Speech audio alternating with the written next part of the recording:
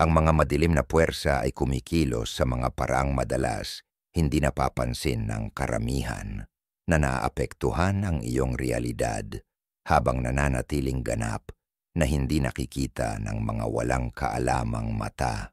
Kapag patuloy ang mga kakaibang pangyayari, kapag bigla ang lumilitaw ang mga hadlang, at kapag biglang nagkakasunod-sunod ang mga problema, hindi ito palaging puro malas lang. Maaari itong mga palatandaan ng manipulasyon ng isang kulto na nakatuon mismo sa iyo.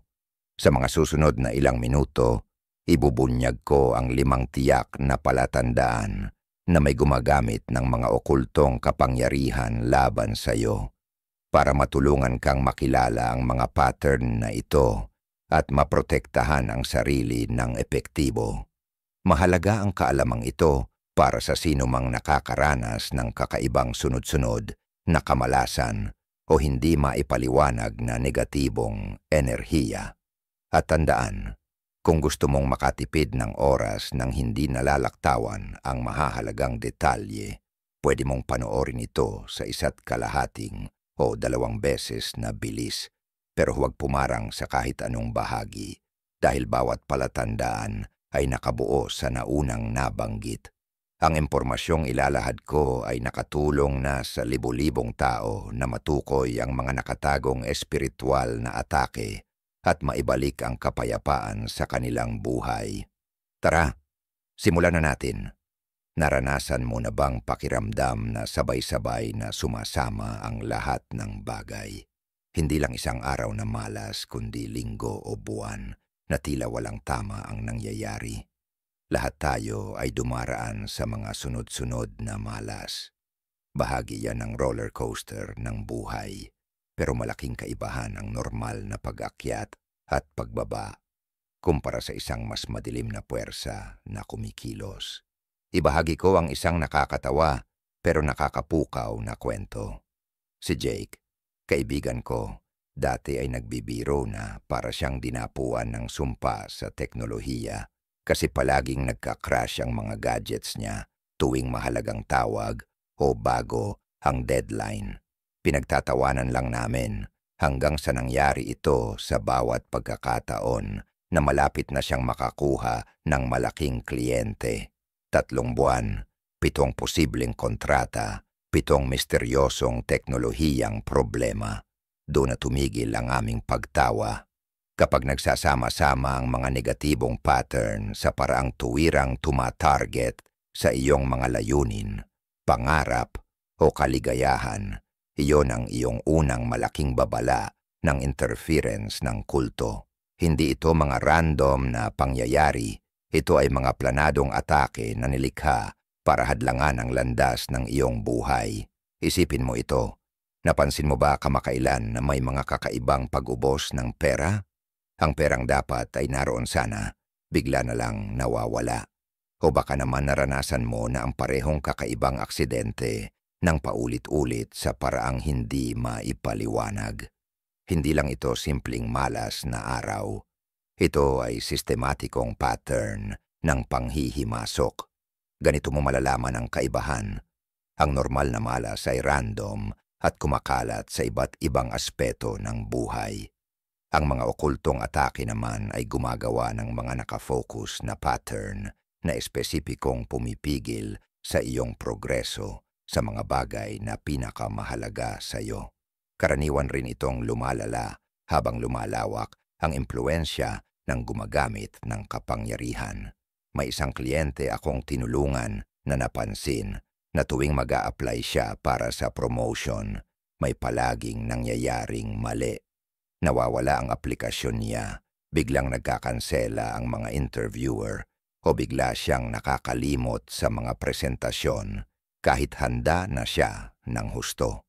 5 taon, 7 posisyon, 7 misteryosong kabiguan. Ang tsansa ba nito? Halos imposible. Totoo rin ang epekto nito sa isip. Nagsisimula kang magduda sa sarili. Nag-iisip kung nag-iimbento ka lang ng dahilan o kaya naman ay paranoid ka. Ang pagdududang iyon ay bahagi mismo ng atake. Pinahihina nito ang iyong mental na depensa at ginagawang mas mahina ka. Ano ang magagawa mo? Magsimula sa pamamagitan ng pagsulat ng simpleng talaan ng mga pagkakatulad na ito. Itala ang petsa, oras, at eksaktong nangyari. Hanapin ang mga pattern. Nangyayari ba ang mga ito kapag kasama mo ang ilang tao o sa mga partikular na petsa? Kapag sinusubukan mong abutin ang mga tiyak na layunin. Ang dokumentasyong ito ang unang hakbang mo para sirain ang mga pattern na ito. At ito ang unang palatandaan na may maaaring gumagamit ng okultong kapangyarihan laban sa iyo. Mga hindi maipaliwanag na pattern ng kamalasan na espesipikong tumatarget sa iyong kaligayahan, tagumpay o pag-usad sa buhay. Hindi ito tungkol sa pagiging paranoid, kundi tungkol sa pagiging mulat. Kasi ang pagiging mulat ang unang at pinakamalakas mong depensa. Ngayon, pumunta naman tayo sa pangalawang palatandaan na maraming tao ang nararanasan pero bihirang maiugnay sa okultong panghihimasok. Nangyayari ito kapag ikaw ay pinaka-vulnerable, kapag ikaw ay natutulog. Ang oras ng pagtulog ay dapat sana ay ating santuwaryo, panahon para magpahinga, mag-recharge, at maghanda para sa bagong araw. Pero ano ang mangyayari kapag ang santuwaryong iyon ay nilusob? Kapag ang iyong pagtulog ay naging isang labanan sa halip na pahingahan? May isang babaeng pinangalanang Linda ang nagpunta sa akin na sobra ang pagod. Natutulog ako ng 8 oras gabi-gabi. Sabi niya, may madilim na bilog sa ilalim ng mga mata, pero pagising ko, parang hindi ako natulog. Ang mga panaginip niya ay naging mga nakakatakot na tanawin kung saan siya hinahabol ng mga anino sa walang katapusang maze. Ang pinakanakakatakot ay ang paulit-ulit na imahe ng isang tao na nakatayo sa ibabaw ng kanyang kama at nanonood, isang aninong hindi niya makita ng malinaw pero ramdam niya ng buong tiyak. Dito natin nakikita ang pangalawang palatandaan. Maaaring may gumagamit ng okultong kapangyarihan laban sa iyo. Naistorbo ang tulog at mga panghihimasok sa panaginip. Ang pagtulog ang panahon kung kailan natural na bumababa ang ating espiritual na depensa. Kaya ito ang pinakaangkop na oras para makalusot ang mga okultong impluensya sa ating enerhiya. Madalas itong lumalabas bilang mga night terror, sleep paralysis, o paulit-ulit na mga bangungot na nagiiwan ng matinding takot kahit paggising mo na. Bigyang pansin ang ilang simbolo sa panaginip na karaniwang palatandaan ng espiritual na atake. Ang hinahabol ng aninong tao, pagkakalunod, pakiramdam ng pagkukulong ng hangin sa dibdib, o panaginip kung saan may kilala kang tao na may kakaibang mga mata o nagsasalita sa parang hindi tugma sa kanyang personalidad. Hindi ito mga random na pattern ng panaginip. Ito ay mga klasikong tanda ng okultong manipulasyon sa panaginip. Parehong nagsasabi rin ang mga pisikal na sintomas. Pagising na may mga hindi maipaliwanag na gasgas o pasa, pakiramdam ng bigat sa dibdib, sobrang pagod kahit nakatulog ng buong gabi, o paggising ng eksaktong 3:00 ng madaling araw gabi-gabi, ang tinatawag ng mga espiritual na tradisyon na witching hour, kung kailan pinakamalakas ang negatibong enerhiya. Paano mo malalaman kung ito ay simpleng problema sa pagtulog lang o tunay na espiritual na panghihimasok? Karaniwang insomnia o mga problema sa pagtulog ay hindi kasama ang pakiramdam na may nanonood o may humahawak sa iyo. Hindi rin ito kadalasang may paulit-ulit na parehong anino o laging may kaparehong pisikal na sintomas pagkagising. Para maprotektahan ang iyong tulugan, subukang ilagay ang black tourmaline o selenite crystals malapit sa kama. Likas nitong tinataboy ang negatibong enerhiya. Pwede ka ring gumamit ng sinaunang pamamaraan na paglarawan ng bilog ng proteksyon gamit ang asin mula sa dagat sa paligid ng kama o simpleng pag-imagine ng isang bula ng puting ilaw na bumabalot sa iyo bago matulog. Malalim ang koneksyon ng mga panghihimasok sa panaginip at ang iyong enerhiya sa araw. Kapag tuloy-tuloy ang mga ataking ito, hindi lang nito naapektuhan ng iyong pagtulog. Nangangasiwa rin ito sa pagkaubos ng enerhiya mo habang gising. Kaya mas madaling maapektuhan ng negatibong impluensya sa araw. Nakakita na ako ng mga kahangahangang pagbabago nang harapin ng mga tao ang mga problema sa pagtulog na ito. Halimbawa si Michael, na nagkaroon ng sleep paralysis ng maraming taon hanggang sa nagsimulang linisin ang kanyang kwarto gamit ang sage at magdasal ng simpleng panalangin ng proteksyon bago matulog. Sa loob ng ilang linggo, tuluyan nang nawala ang kanyang mga episodes ng paralysis at nagbago ang buong buhay niya dahil bumalik ang kanyang enerhiya. By the way, kung nakakatulong sa iyo ang impormasyong ito at hindi ka pa nakasubscribe, ngayon na ang perfect na panahon.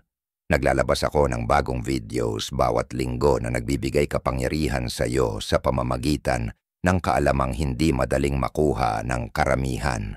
Sama-sama nating itaguyod ang komunidad ng mga mulat at protektadong individual.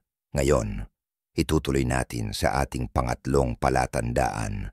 Isang palatandaan na madalas mali ang diagnosis at itinuturing na ibang bagay. Alam nating lahat kung ano ang pakiramdam ng pagod. Pero may isang klase ng pagkapagod na hindi lohikal. Yung biglaang tumatama ng matindi. Madalas pagkatapos makasalamuha ang ilang tao o pagbisita sa mga partikular na lugar. Ang mahiwagang pagkaubos na ito ay hindi basta-basta lamang.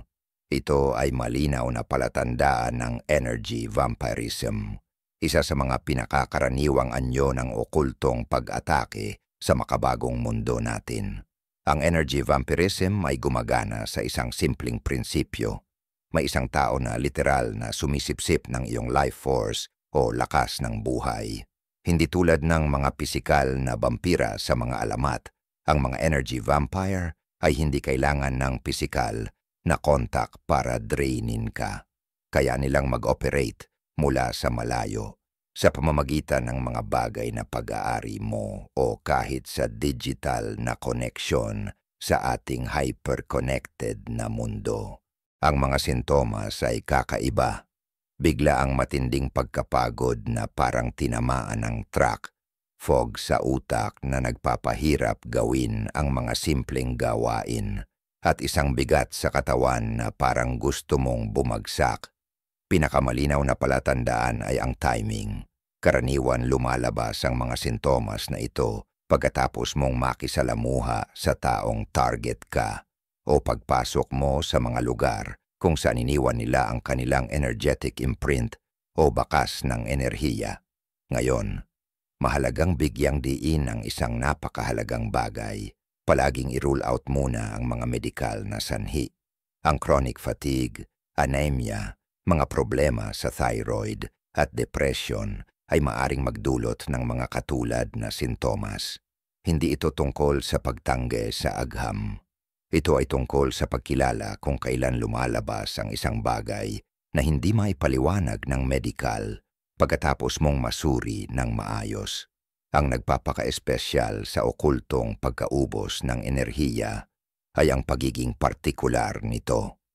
Gumagawa ng mga tests ang doktor mo at walang makita na problema. Nawawala ang mga sintomas mo kapag malayo ka sa ilang tao o lugar, pero bumabalik agad kapag nakontak mo ulit sila. Kapag napansin mo ito ng mabuti, hindi mo na ito mapagkakamalan. Kadalasan tinatarget ng mga pag-ataking ito ang mga partikular na sentro ng enerhiya sa iyong katawan. Ang mga bara sa throat chakra ay maaring magpakita bilang kawalan ng kakayahang sabihin ang iyong katotohanan o ipahayag ang sarili. Ang pag-atake sa solar plexus ay nagpapahina sa iyong personal na lakas at willpower. Ang pagtutok sa heart chakra ay nagdudulot ng emosyonal na pamamanhid o labis na kalungkutan. Pansinin ng mabuti kung paano mo nararamdaman bago at pagkatapos mong makasama ang mga partikular na tao. Pumasok ka ba na masigla at lumalabas na ubos na ang enerhiya? Palaging masigla ba ang isang tao pagkatapos makasama ka, habang ikaw ay lubos na pagod at drained? Hindi ito mga random na paleta ng enerhiya. Para maprotektahan ang sarili, i-visualize ang isang salamin na kalasag sa paligid ng iyong katawan na nagbabalik ng anumang negatibong enerhiya pabalik sa pinanggalingan nito. Ang pagdala ng black tourmaline o obsidian ay makatutulong upang sumipsip ng mga negatibong enerhiya bago pa man makaabot sa iyong field. Ang regular na paglilinis ng enerhiya gamit ang paliligo sa asin o pagsusunog ng sage ay makakatanggal ng mga attachment na naipon na. Ang pinakamahalaga, maging mapanuri sa iyong mga antas ng enerhiya. Magtala sa isang simpleng journal kung paano mo nararamdaman pagkatapos makisalamuha sa iba't ibang tao. Mabilis mong mapapansin ang mga pattern na magpapakita kung sino ang maaring sinasadyang o hindi sinasadyang sumusupsop ng iyong lakas ng buhay. Sa puntong ito, kung nakikita mong mahalaga ang impormasyong ito at gusto mong suportahan ang channel, pati na rin ang pananaliksik na nilalagay namin sa mga video, pwede mong pindutin ang thanks button sa ilalim ng video na ito. Malaki ang tulong ng iyong suporta para maiparating ang mga mahahalagang kaalamang ito sa lahat ng nangangailangan. Ngayon, itutuloy natin sa ika-4 na palatandaan, isang bagay na tumatama mismo sa puso ng kahulugan ng buhay, ang ating mga relasyon. Ang mga ugnayan natin sa iba ang ilan sa pinakamahalagang bahagi ng ating buhay. Dito nagmumula ang kahulugan, ang suporta sa mga pagsubok at ang kagalakan sa mga masasayang panahon. Kaya nga, ito ang paboritong target ng mga gumagamit ng okultong puwersa laban sa iyo. Ang pagsira sa relasyon gamit ang okultong pamamaraan ay sobrang delikado dahil inaatake nito ang iyong support system kapag pinakakailangan mo ito. Nilalayo ka nito sa iba, pinahihina ang iyong emosyonal na katatagan at ginagawang mas madaling masugatan ng iba pang pag-atake. Pinakamasakit pa, pinapa-weaponize nito ang mga taong pinakamalapit sa iyo nang hindi nila nalalaman. Kapag may gumagamit ng espiritual na manipulasyon para siraan o sirain ang mga relasyon mo, para silang nagtatanim ng energetic seeds ng alitan. Isipin mo, naranasan mo na ba na biglang lumayo o kumontra sa iyo ang mga kaibigan o pamilya ng walang malinaw na dahilan? Napagsabihan ka na ba ng mga mahal sa buhay ng mga bagay na hindi mo naman sinabi o ginawa? Naging malalaki na ba ang mga maliliit na hindi pagkakaintindihan na parabang lumaki na nang walang kontrol? Hindi ito mga ordinaryong tampuhan. Karaniwan itong nangyayari dahil sa manipulation ng thought forms, energetic projections na nakakaapekto sa kung paano ka nakikita ng ibang tao. Para kang nilagyan ng psychic filter sa pagitan mo at ng mga tao sa paligid mo. Nagiging baluktot ang mga salita. Nagkakamali ang pagbasa ng intensyon. Nawawasak ang tiwala sa parang hindi mo maintindihan. At higit sa lahat, mahirap ayusin. May isang babae na aking nakatrabaho na dumaan sa ganitong sitwasyon. 6 na matalik na kaibigan ang biglaang nasira sa loob lamang ng 2 linggo. Lahat sila ay inakusahan siya ng iba't ibang pagtataksil. Mga bagay na wala siyang alaala o ebidensya na ginawa niya. Nakakabahala pa, hindi magkakilala ang mga kaibigan na ito, pero halos pareho ang mga kwento nila. Yan ay isang malinaw na palatandaan na may mas malalim at hindi natural na puwersa na gumagalaw. Ngunit ang pinakamalinaw na senyales ng supernatural na manipulasyon sa relasyon ay ang biglaang pagbabago ng ugali ng mga taong malapit sa iyo. Yung partner na dati ay mapagmahal, pero biglang naging malamig ng walang paliwanag. Yung kaibigang laging sumusuporta, biglang iniiwasan ka o nagsasalita sa likuran mo. Hindi ito mga ordinaryong pagbabago ng mood. Ito ay sinadyang shifts, dulot ng enerhetikong pag-istorbo na ginawa para ikaw ay mapag-isa at ma-destabilize. Yung kaibigang dati ay laging sumusuporta, pero biglang nagiging laging may hinala sa bawat sinasabi mo. Yung kamag-anak na nagsisimulang magkalat ng mga tsismis tungkol sa'yo na walang basehan o katotohanan. Hindi lang ito mga karaniwang pabago-bago sa relasyon ng tao. May sinusunod itong partikular at nakakatakot na pattern. Palaging nagiging mali ang pagkaintindi sa komunikasyon at palagi sa pinaka-negatibo at nakakasira na paraan. Mga plano na biglang nakaka-cancel ng walang paliwanag, paulit-ulit, at yung mga tsismis na kumakalat.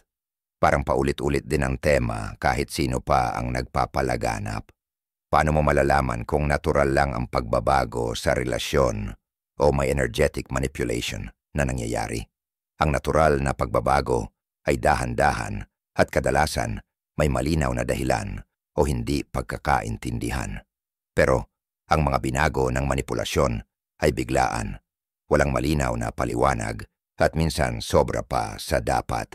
Ang mga natural na alitan ay naayos sa pamamagitan ng tapat na pag-uusap at panahon.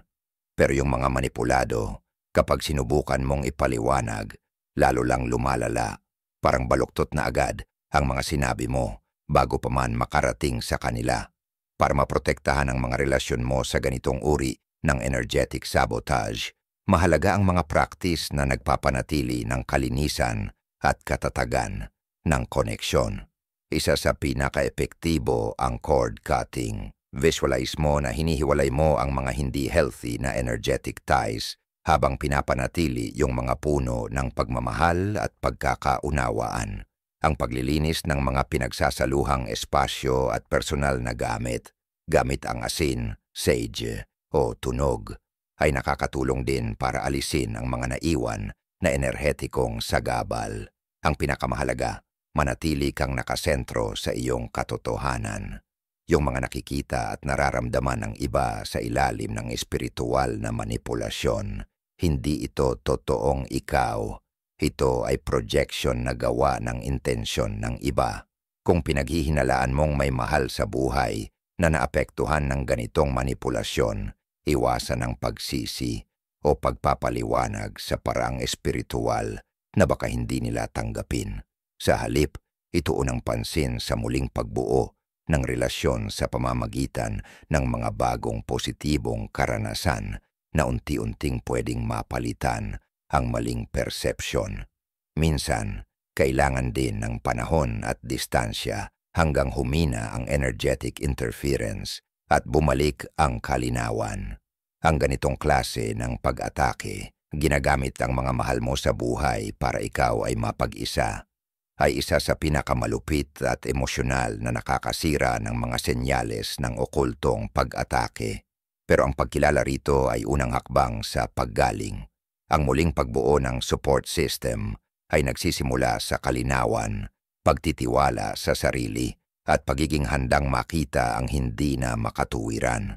Ngayon, hayaan mo akong tanungin ka ng isang bagay na malalim at intuitive. Naranasan mo na bang pumasok sa isang silid at agad na maramdaman na may mali? Walang tunog, walang amoy, walang pisikal na palatandaan.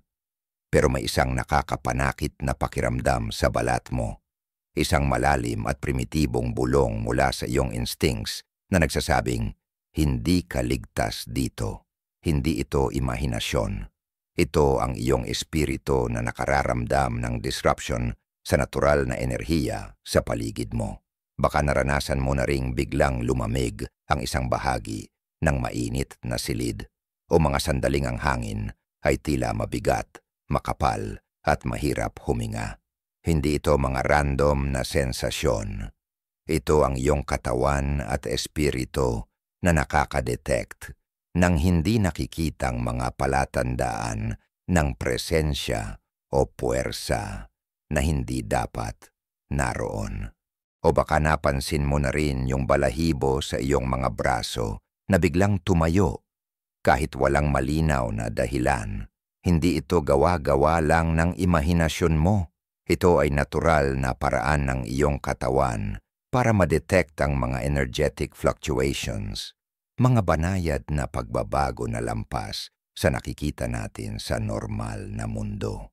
Kapag may isang tao na nagdidirect ng occult energy sa iyo o sa paligid mo, madalas tumindi ang mga sensasyong ito hanggang sa maging malinaw na babala. Ang bahay mo, ang unang lugar na nagpapakita ng mga palatandaan. Yung mga espasyong dati ay mainit at komportable, biglang nagiging mabigat at nakaka-oppress. Mga bagay na gumagalaw ng kusa, mga electronics na nagkakaroon ng problema na walang lohikal na dahilan. Biglang kumikislap ang ilaw kapag may napag-uusapan na partikular na topic. Namamatay ang telepono sa mga importanteng usapan o nagka-crash ang computer habang nagtatrabaho ka sa mahahalagang proyekto. Hindi ito mga random na pangyayari. Madalas may pattern ito na nagpapakita ng mas malalim na interference. Pansinin ang mga paulit-ulit na simbolo o mga number sequence na madalas lumalabas. Nakikita mo ba palagi ang parehong kakaibang simbolo sa mga hindi inaasahang lugar? O yung mga sequence tulad ng 3-3-3 o 9-9-9 na palaging lumalabas sa relo, resibo o mga address? Maaring hindi ito puro pagkakataon lang. Sa ilang pagkakataon, ito ay senyales ng targeted energetic manipulation na layuning i-condition ang iyong subconscious. At habang malakas ang instincts mo, minsan ang pinakamaasahang babala ay hindi galing sa tao, kundi sa hayop. Ang mga alagang hayop ay sobrang sensitibo sa mga pagbabago sa enerhiya. Yung pusa na naghihis sa isang walang laman na sulok, aso na ayaw pumasok sa isang partikular na kwarto, o mga ibon na biglang nagiging balisa. Hindi ito mga random na kilos. Ito ay mga reaksyon sa mga di nakikitang puwersa na nadedetect ng mga hayop bago pa tayo. Kapag napapansin mo na ang mga ganitong pattern, ang unang at pinakamahalagang hakbang ay pagkatiwala sa sarili mong mga pakiramdam. Sanay tayo sa modernong buhay na i-ignore ang intuition at umasa lang sa lohika. Pero ang intuition ay isang sinaunang kasangkapan para sa kaligtasan. Panahon na para muling bawiin ito. Magsimula sa simpleng gawain. Maglakad-lakad sa bahay mo. Huminto sa bawat kwarto. Ipikit ang mga mata at maramdaman. Magaan ba o mabigat ang enerhiya? Ang lugar ba ay malugod o tila may kakaibang init ng tensyon? Maniwala sa mga impresyon na ito. Madalas mas totoo ito kaysa sa hinahayaan ng lohikal nating pag-iisip. Para sa paglilinis ng negatibong enerhiya, isa sa pinaka-epektibong gamit ay ang tunog, mga kampana, singing bowl o kahit malakas na pagpalakpak para mawasak ang stagnant energy. Pwede ring maglagay ng salt barriers sa mga pintuan para hadlangan ang pagpasok ng masasamang enerhiya.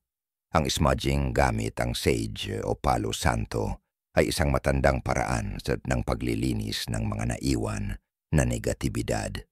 Higit sa lahat, ang pagpapanatili ng positibong enerhiya sa sarili ay ang pinakamalakas mong proteksyon.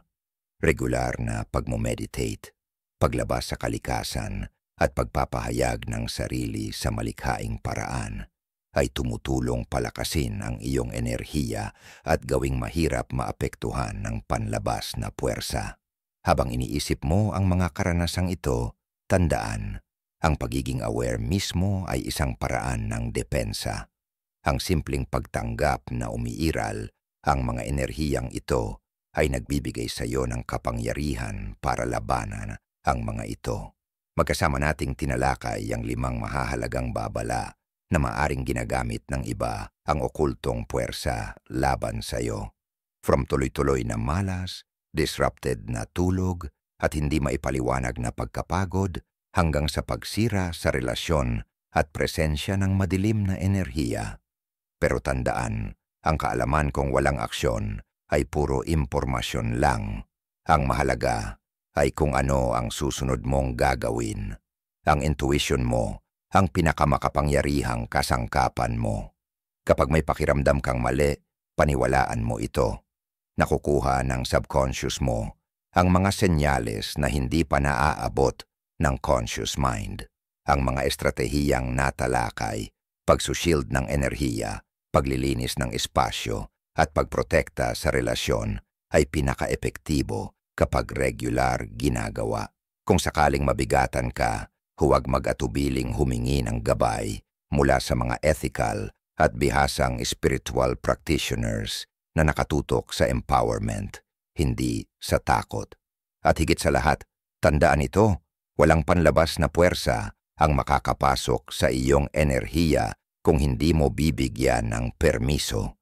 Sa pagpapalakas ng mga hangganan mo, pagprotekta ng espasyo, at pagsunod sa positibong enerhiya, kinukuha mo ang permiso na iyon at binabalik ang kapangyarihan sa sarili mo.